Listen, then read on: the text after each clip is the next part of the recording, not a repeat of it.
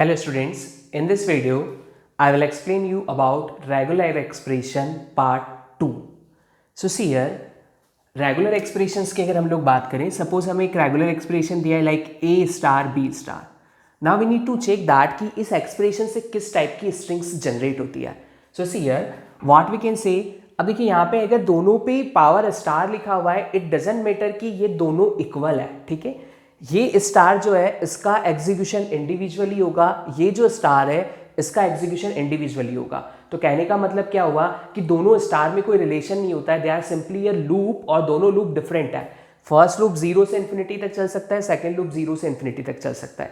चलिए, सो अगर आपसे कहा जाता है what would be the minimum string that we can generate with the help of this, so we can say that कि दोनों स्टार को अगर हम 0 पुट कर दें तो मिनिमम स्ट्रिंग क्या आ जाएगी, नल.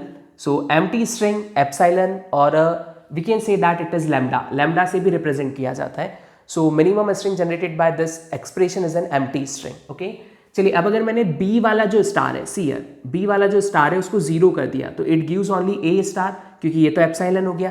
क्लियर है. अब ए स्टार से कितनी डिफरेंट स्ट्रिंग्स हम लोग जनरेट कर सकते हैं, तो we can say that null तो ऑलरेडी आ गया, we can generate single a, 2a, 3a and there is a number of a's. So इससे जो स्ट्रिंग्स जनरेट होगी what we can say that we can generate null, we can generate number of A.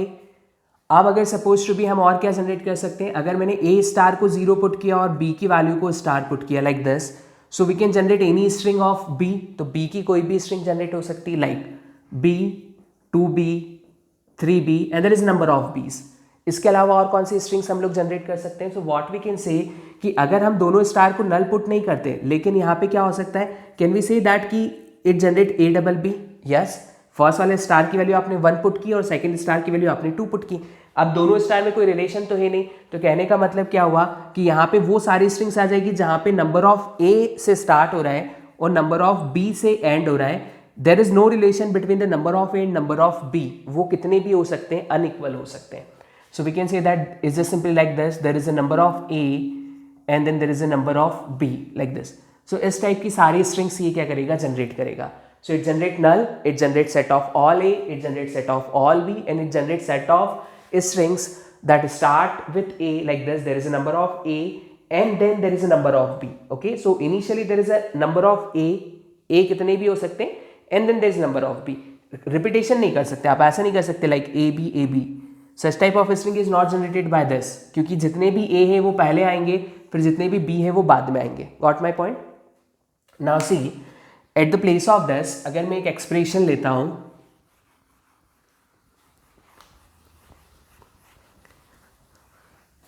Now see my expression is suppose B star A star. Okay, that would be the expression. ये expression दिया हुआ है B star A star. तो B star A star जो expression है इससे किस type की स्ट्रिंग्स जनरेट होगी, जस्ट सी हियर.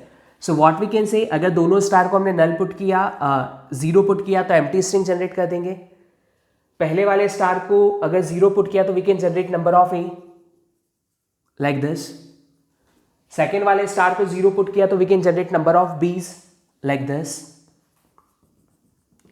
नाउ अब आपने नल पुट कर दिया, नंबर ऑफ ए पुट कर दिया, नंबर ऑफ बी पुट कर दिया. अब हम क्या जनरेट कर सकते हैं. सो सी हियर वो सारे स्ट्रिंग जो बी से पहले नंबर ऑफ बी आ रहे हैं जिसमें, और उसके बाद नंबर ऑफ ए आ रहे हैं. So we can say that कि जो नंबर ऑफ ए है, ठीक है, जो नंबर ऑफ बी है वो किसको फॉलो करेंगे, नंबर ऑफ ए को करेंगे. So just see here is there is a number of b's and then there is a number of a's. Okay, तो इन दोनों एक्सप्रेशन में देखिए कुछ कॉमन चीजें हैं. ये जो है ये सब कुछ कॉमन है इसमें.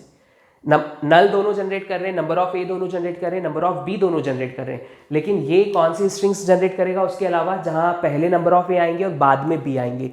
ये कौन सी जनरेट करेगा, जहां पे पहले नंबर ऑफ बी आएंगे और बाद में ए आएंगे.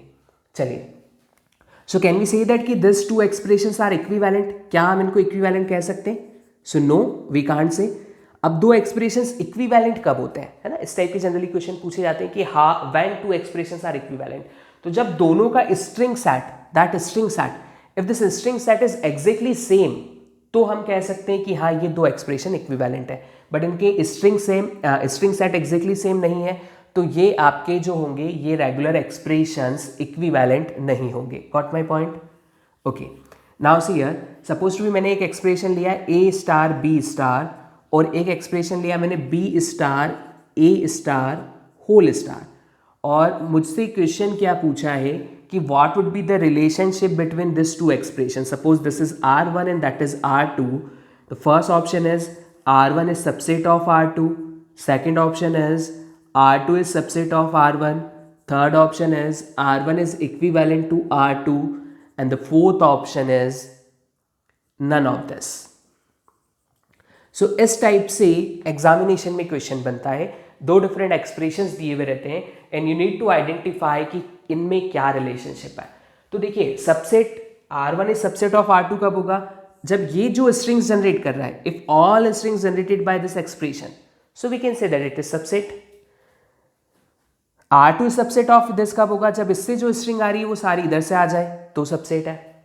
इक्विवेलेंट कब होगा, इक्विवेलेंट कब होगा, जब दोनों सेम सेट को जनरेट करें, अदरवाइज नन ऑफ दिस. अब देखिए इस टाइप की क्वेश्चंस को चेक करना है तो जो सबसे बेस्ट मेथड होता है, आप ऑप्शंस एलिमिनेशन का तरीका चूज करें. सी हियर, आप हमेशा क्वेश्चन को इस तरीके से देखें कि we want to reject particular option. I want to check that कि ऑप्शन सी फॉल्स हो जाए, I want to check that कि ऑप्शन बी फॉल्स हो जाए, I want to check that कि ऑप्शन ए फॉल्स हो जाए. तीनों फॉल्स हो गए तो नन ऑफ दिस आंसर आ जाएगा. ठीक है, अगर ऐसा नहीं हुआ तो फिर इनमें से कोई एक आंसर है. चलिए देखिए, ए स्टार बी स्टार, और यहाँ पे क्या दिया है, B star A star whole star, like this. Got my point. चलिए अगर मैंने सारे स्टार्स की वैल्यू को 1 पुट किया तो ये क्या जनरेट करेगा, इट जनरेट ए बी, और ये क्या जनरेट करेगा, इट जनरेट बी ए. क्या ये दोनों सेम सेट को जनरेट कर रहे हैं, नहीं कर रहे, तो ऑप्शन सी तो फॉल्स है, सी ऑप्शन नहीं हो सकता. Got my point. Now see, अब मैंने एक एक्सप्रेशन लिया B star A star whole star. Can I generate B A with the help of this. R2 से बी ए जनरेट कर सकता हूं मैं. Yes we can generate. All stars की वैल्यू को 1 पुट कर दिया तो हम जनरेट कर सकते हैं, बिल्कुल कर सकते हैं. तो क्या ये बी ए R1 से जनरेट होगा, नो, नेवर पॉसिबल, क्योंकि स्टार्ट ए से हो रहा है और फिर बी आ रहा है, बी के बाद ए इसमें नहीं आ सकता. तो अगर R2 सबसेट होता R1 का तो R2 जो भी स्ट्रिंग जनरेट कर रहा है लाइक बी ए, ये स्ट्रिंग R1 से भी तो जनरेट होनी थी बट नहीं हो रही है, तो ऑप्शन बी भी हमने क्या कर दिया, ये भी फॉल्स है. Got my point. Now C, now see here. अब देखिए, अब हम देखते हैं कि इससे जो स्ट्रिंग जनरेट हो रही है वो इससे हो रहा है या नहीं हो रहा. So see here, what we want, we need to generate a string a star B star. हमें ये स्ट्रिंग जनरेट करनी है. ठीक है, now you can check here that expression is just like b star a star whole star. चलिए जो whole star है इसकी वैल्यू को मैंने 2 पुट किया. We can put any value, it depends on us. Now इसको ओपन किया so it become like B star A star B star A star. Yes we can write like this. अब मैंने क्या किया, ये स्टार को 0 put कर दिया, हम कर सकते हैं. ये स्टार को 0 पुट किया तो ये एप्सिलॉन हो गया, ये हट गया. क्लियर है. इस स्टार को मैंने 0 पुट कर दिया तो ये एप्सिलॉन हो गया, ये हट गया. Now we can say that the expression is exactly expression we can derive with the help of this. मतलब इस सेट से जितनी भी स्ट्रिंग्स आएगी we can generate all the string with this set. So option A is correct. R1 is subset of R2. Whatever will be the string generated by R1, all strings are generated by R2. Okay? तो ये तरीका होता है दो expressions को check करने का कि दे आर इक्विवेलेंट और not.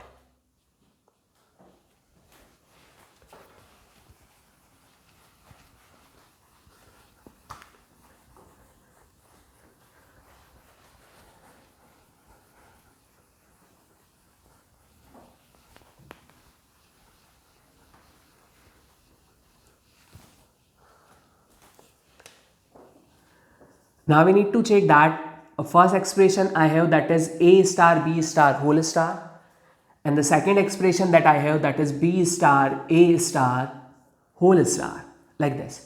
Now we need to define what would be the relationship between these two. इन दोनों में क्या relationship होगा. Clear है. That is a expression, regular expression R1, and this is another regular expression R2. We need to define that what would be the relationship between this two regular expression. इन दो regular expressions के बीच में क्या relationship है हमें ये बताना है. सो see the point, हम कैसे डिसाइड करेंगे कि इन दोनों के बीच में क्या रिलेशनशिप है. Now see here, which type of string generated by this? So देखिए इस स्टार की वैल्यू कितनी भी हो सकती है. So we can say that it is just like A star B star and repetition of this A star B star A star B star A star B star and so on. You can repeat that any number of time, any amount of time. Is just like A star B star. Okay, what is R2? So simply it is a repetition of B star A star B star A star B star A star, and that would be the repetition any amount of time, but B star A star like this. Now supposed to be what I want to change the first relation to the second one. क्या करूँ मैं, जो पहला A star है इसको 0 put कर दूँ, मतलब स्टार की वैल्यू 0 पुट कर दूँ ना. It is B star and जो लास्ट B star है इसको नल पुट कर दूँ. So can we say that relation is exactly converted into this? क्योंकि ये लेंथ तो इन्फिनिटी है, तो कितनी भी हो सकती है, तो ऐसा कुछ नहीं कि लेंथ रिड्यूस हो गई. लेंथ रिड्यूस नहीं हुई, आप कितने भी जनरेट कर सकते हो. सो बी स्टार से स्टार्ट हो रहा है, ए स्टार से एंड हो रहा है, exactly like this B star A star B star A star B star A star. अब अगर सपोज तो हम कह सकते हैं कि जितना भी R1 से जनरेट हो रहा है वो सारा हम R2, जितना भी ये R2 जनरेट हो गया, मतलब जितना भी R2 में है वो सारा R1 से आ सकता है, पहली कंडीशन. चलिए अब अगर मैंने इसको A स्टार B स्टार ही रहने दिया और मैंने क्या किया, यहाँ से B स्टार फर्स्ट को 0 पुट कर दिया और लास्ट को 0 पुट कर दिया. So can we say that कि the all string generated by this is here. So we can say that जितना R1 से जनरेट हो रहा है वो R2 से जनरेट हो रहा है, जितना R2 से जनरेट हो रहा है वो R1 से जनरेट हो रहा है. So the both expressions are equivalent. So the relationship between these two expressions are what? They are equivalent. Okay? तो इस तरीके से हम equivalence को चेक करते हैं. तो जब भी आपको इस टाइप के क्वेश्चंस पूछे जाते हैं कि दो expressions equivalent है या नहीं, क्वेश्चन बिल्कुल आता है 101% ये क्वेश्चन पूछा जाता है कि expressions are equivalent or not. So try to eliminate the options and try to identify कि कौन सा ऑप्शन की corresponding वो सेम सेट को रिप्रेजेंटेशन कर रहा है, सेम सेट को रिप्रेजेंट कर रहा है. ठीक है, so that would be the better approach. देखिए हमें जो अप्रोचेस यूज करनी है, और भी अप्रोच है इक्विवेलेंट प्रूफ करने की कि ये दोनों एक्जैक्टली सेम है या नहीं. There is a proof, there is a longer method, है ना. विल डिस्कस कि हम कैसे इसके करस्पॉन्डिंग फाइनाइट ऑटोमेटा बनाते हैं और बहुत सारी चीज़ें होती हैं, उनके थ्रू भी हम लोग कर सकते हैं. बट अगर मैं क्वेश्चन सॉल्विंग अप्रोच के ऊपर जाता हूँ तो क्वेश्चन सॉल्विंग अप्रोच हमारी क्या होनी चाहिए कि हमें R1 और R2 दोनों एक्सप्रेशन को इक्विवेलेंट है या नहीं ये प्रूफ करना है, या क्या रिलेशन है ये प्रूफ करना है. तो आप क्या करें, इस तरीके से स्ट्रिंग सेट बनाएं और स्ट्रिंग सेट बना के on the basis of that you should take your decision. Okay, आपके पास ऑप्शंस भी होंगे, वो भी आपकी हेल्प करेंगे लाइक दिस. तो that is the better way to solve a question within a, we can say within a second 30 seconds और विद इन अ मिनट आप उसमें उस क्वेश्चन को सॉल्व कर पाएंगे. Okay, so see here,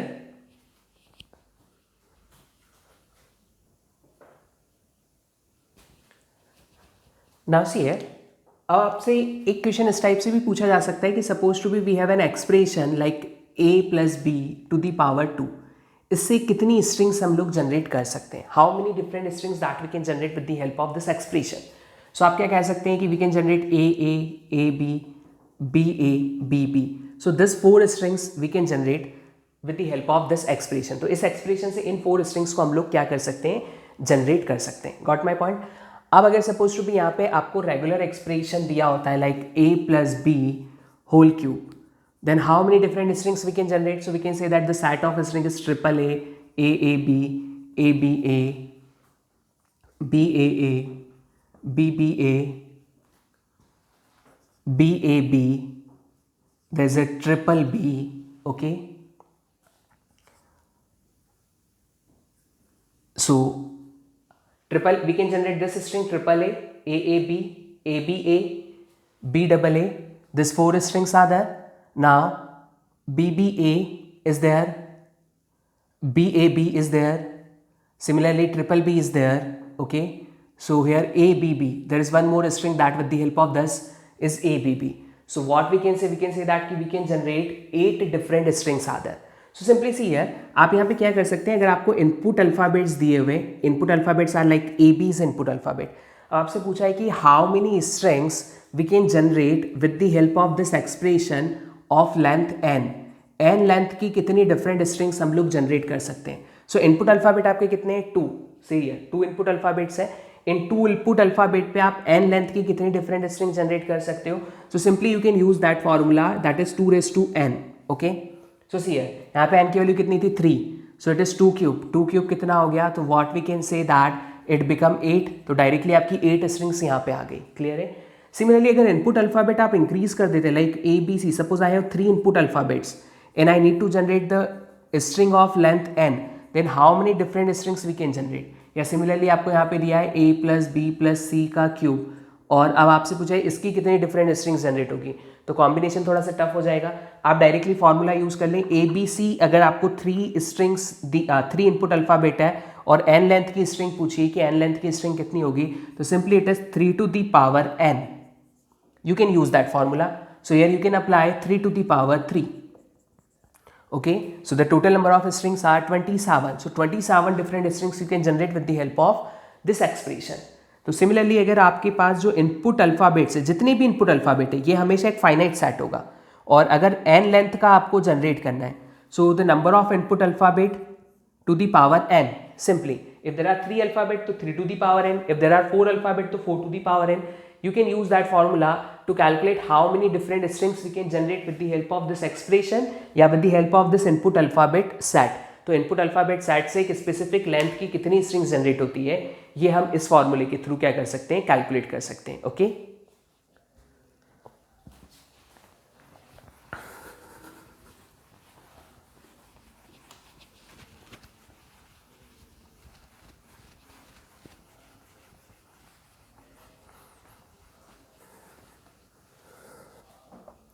Okay, now see here, supposed to be there is a expression, एक expression आपको दिया हुआ है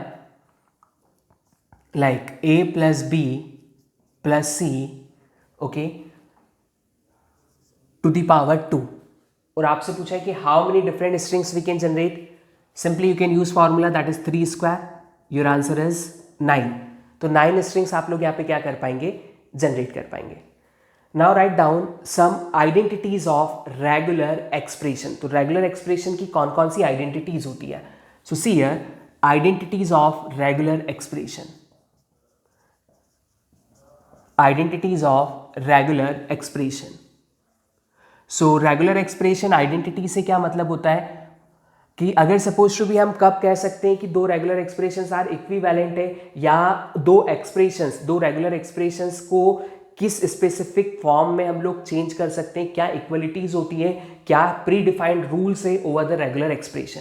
सो see here, suppose to be we have some regular expressions p q r.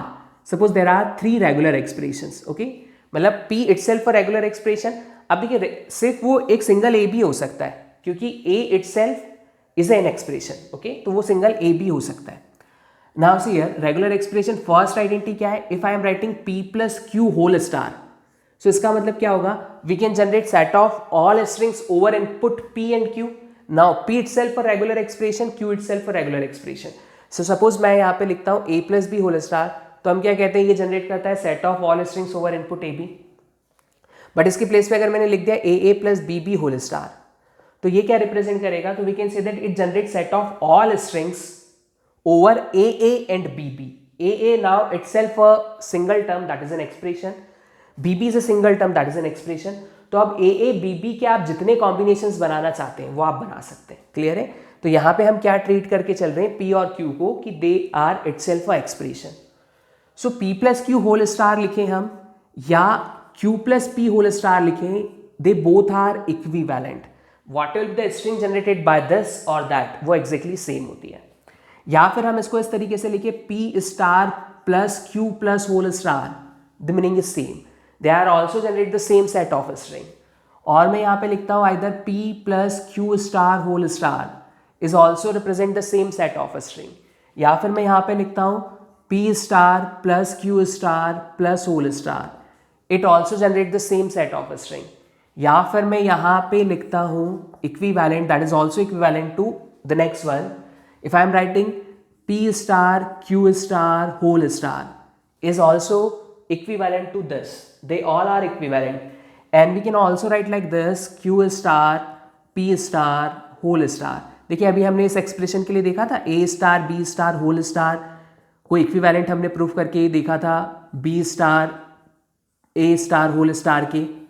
सो हमने वहाँ पे देखा था कि हाँ दोनों की इक्विवेलेंसी आ रही है। क्लियर है? तो ये ऑलरेडी ये प्री डिफाइंड रूल है, दैट इज एन आइडेंटिटी, वो हमेशा इक्विवेलेंट ही होते हैं। So you should remember this identities. So they all are equivalent, that would be the first identity. Second क्या है, अगर आपको कोई भी रेगुलर एक्सप्रेशन दिया है, suppose R is an regular expression, और इस आर में आप किसी नल एम्प्टी स्ट्रिंग से क्या करते हैं, कॉन्केटिनेशन करते हैं, तो हमेशा आपको क्या मिलता है, आर मिलता है। सो you should remember that identity. Now there is a another thing that is r dot phi। देखिए phi और एम्प्टी स्ट्रिंग में क्या डिफरेंस है। एम्प्टी स्ट्रिंग का मतलब क्या है, हमारा एक सेट है जो एक ऐसी स्ट्रिंग जनरेट करता है जिसमें एक भी इनपुट नहीं है, तो ये रिप्रेजेंट करता है आपका with the help of this epsilon sign. ठीक है। और फाई क्या रिप्रेजेंट करता है, फाई रिप्रेजेंट करता है कि ऐसा कोई सेट है ही नहीं, मतलब हमारे पास see if we have a input, मेरे पास इनपुट सेट है, तो मैं कह सकता हूं कि मेरे पास इनपुट सेट डिफाइंड था, लेकिन मैंने एक स्ट्रिंग बनाई, उस स्ट्रिंग में मैंने एक भी इनपुट को यूज नहीं किया, so that represents an empty string. इसको मैं क्या बोलूंगा, that is an epsilon sign. ठीक है। बट अगर मैं बोलता हूं कि मेरे पास इनपुट सेट ही नहीं है, तो मैं कोई स्ट्रिंग बना ही नहीं सकता, सो दैट रिप्रेजेंट्स नल। तो नल को रिप्रेजेंट करने के लिए हम लोग क्या कहते हैं, नल को रिप्रेजेंट करने के लिए हम लोग यहाँ पे यूज करते हैं फाई। तो ये जो है we can say that it is null, that but that represents empty string, ये एम्प्टी स्ट्रिंग को रिप्रेजेंट कर रहा है, और ये फाई जो है ये रिप्रेजेंट कर रहा है नथिंग, कुछ है ही नहीं, इवन एम्प्टी स्ट्रिंग भी नहीं है। So it is phi. So अगर हम आर डॉट नल करें तो वो आर आएगा, या नल डॉट आर करें आप, वो भी आर आता है, दे आर इक्विवेलेंट। ठीक है। लेकिन अगर आप फाई से ले रहे हैं, आर डॉट फाई कर रहे हैं या फाई डॉट आर कर रहे हैं, so it gives you a phi. Simply you can say that is just like epsilon represents 1 and phi represents 0. So 1 0 के फॉर्म में आप इसको याद रख सकते हैं, बट मीनिंग इज दैट कि जो एप्सिलॉन साइन होता है वो एम्प्टी स्ट्रिंग को रिप्रेजेंट करता है, और जो फाई साइन होता है वो एम्प्टी सेट को रिप्रेजेंट करता है, मतलब वहां पे कुछ भी नहीं है। Okay, now see, so you should remember this point.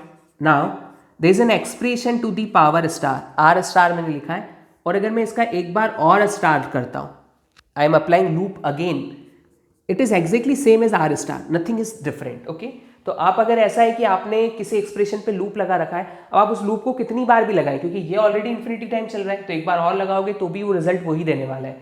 So they are equivalent. So you should remember this point कि ये क्या होता है, इक्विवेलेंट होता है।